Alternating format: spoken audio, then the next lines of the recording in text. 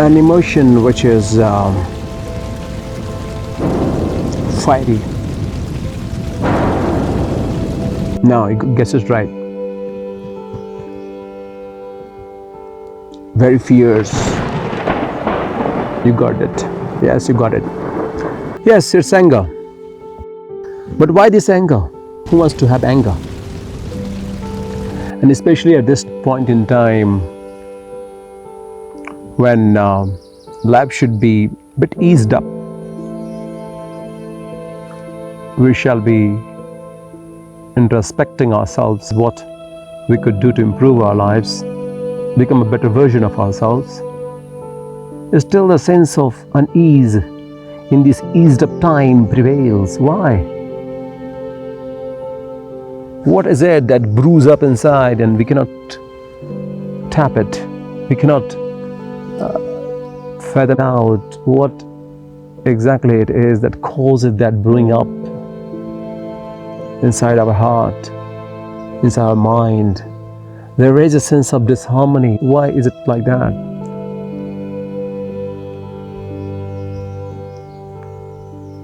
We find ourselves in this confusing state of dichotomy between what our mind says, what we feel inside. The instinct and the intuition are always at loggerheads with each other. So suppose if there is anything that pains us, our pain is quite tangible, I can feel it. But the very awareness of the pain itself brings a new dimension of thought process. The very awareness of knowing itself brings about a shift in us towards our higher self. And this happens at all times. Same with the anger. To know that you are angry, anger won't find you. Is the anger outside? Has anyone seen anger? Have you seen anger? Have you?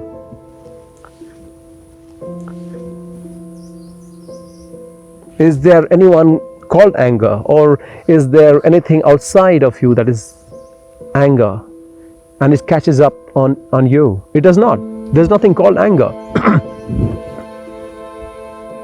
So there are two things. One is anger and one is being angry. So we find ourselves being angry. So it is pertinent to know that it is not the anger, but being angry is the problem. Because anger does not have any solid or very consolidated kind of physical presence outside of you. It is our inner mechanism which we cannot control. And that inner power that we have transmutes a layer of energy which we do not know what it is. If everything comes into you, into your life, anything from outside comes in a filtered way, because you have been able to create a layer of filtration at each level. If everything and anything comes through that channel of filtration, things would be very positive. And that is possible only once we have evolved ourselves to a certain level, being more aware about it, or being more attentive about it. So let's say if this flower, this bunch of flowers you see is so beautiful. So all I need is, if I am conscious, I will be attentive. So the consciousness, the result of consciousness is being aware. And awareness comes from being attentive to each and everything without any judgment. No judgment at all. So if you look at here, if you are really attentive to this flower, just be here. Most of the problem will just go away. Most of the problems that we have in our mind are because we have created them unconsciously. So that's why whatever you see around you is the creation of our own mind if that thing does not find you very pleasant at this point in time. The most important thing is to understand the people who find themselves really angry, almost perpetually, they could have problem with their own lives. Maybe they want to take control of everything and they cannot control it. The people who want to control the world are the ones who find themselves really angry at all times. But the person who finds himself at the other end of the anger, it means someone is expressing the anger and it is going to this person. This person whom the anger is vented out to may not be angry at all. This person who finds himself at the receiving end of someone's anger could be very pleasant person to be with. It doesn't matter who is throwing what at you. It is how you are taking what is being thrown at you. As simple as that. So it is very important. So what is happening here? The person who finds himself to be angry perpetually, one thing is for sure, that person is very self-obsessed. It's like, it's me and me and me. Hey, it's me and me and me. You know, this kind of thing. Because when you don't get the way you want it, you start venting out your anger at everyone around you. It is very important to express anger, but not being angry. This is very important to understand. At workplace, it is almost at times pertinent to express anger without being angry. So you may be inside really kind of stoic, like really stable inside, like equipoised, but you have to express your anger to get things done, because there are people who would not be able to move things ahead without that expression of emotion. That expression of emotion could be anger. That is all fine, but for that one does not have to get angry.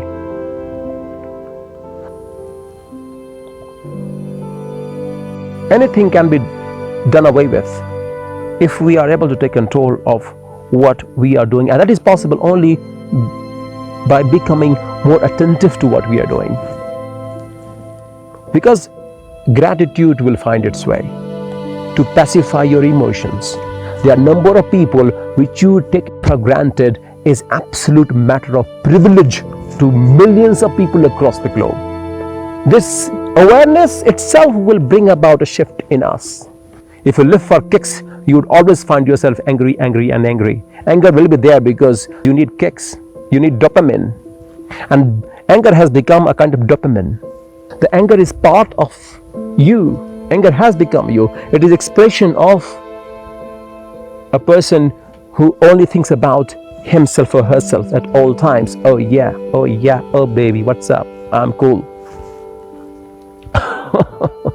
That's how it is. I'm talking about those people who are perpetually angry because of complaining. Gratitude is not there. The enhanced perception of looking at things is absolutely missing. This is who I am, this is my way of life, this is my way of thought process, and I'm sticking to it. So if we have this very contracted vision of life, anything which is a bit broadened or more elaborate, which could expand your thought process, will make you angry anyway. So there are two things. The only way you can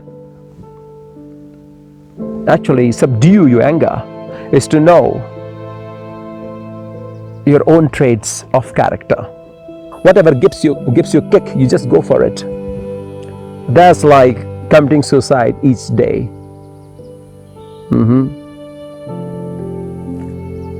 And secondly, to go out and be part of those people, organizations which are less privileged than yours. It will help elevate your perception, towards broader vision of life.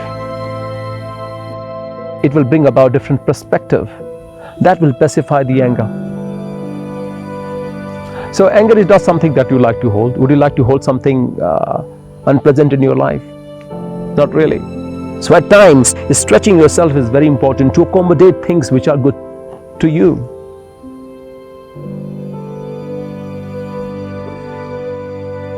We squeeze anger and angry to such a level, squeeze it, further squeeze it, and further squeeze it, and make it one. That's where the problem is. So if there is a gap between anger and being angry, that itself will solve the problem. That itself will bring about this awareness that I am angry, but I'm not anger.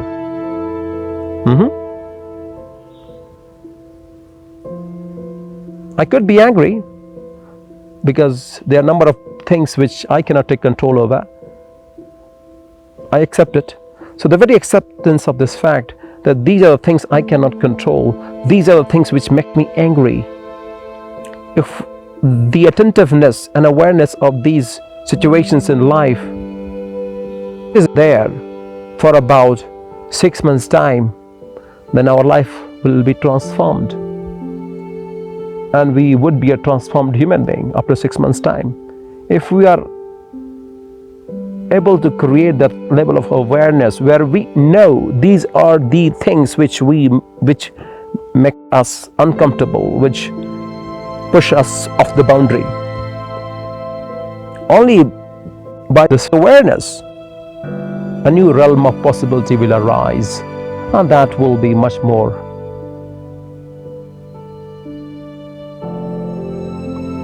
kind, much more compassionate, much more well-being to yourself.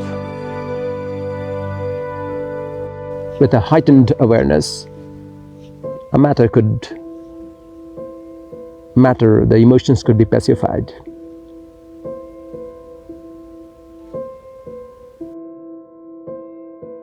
Sarve bhavantu sukhinah, sarve santu niramayah, sarve bhadrani pashyantu ma kashyat bhag bhag bhave.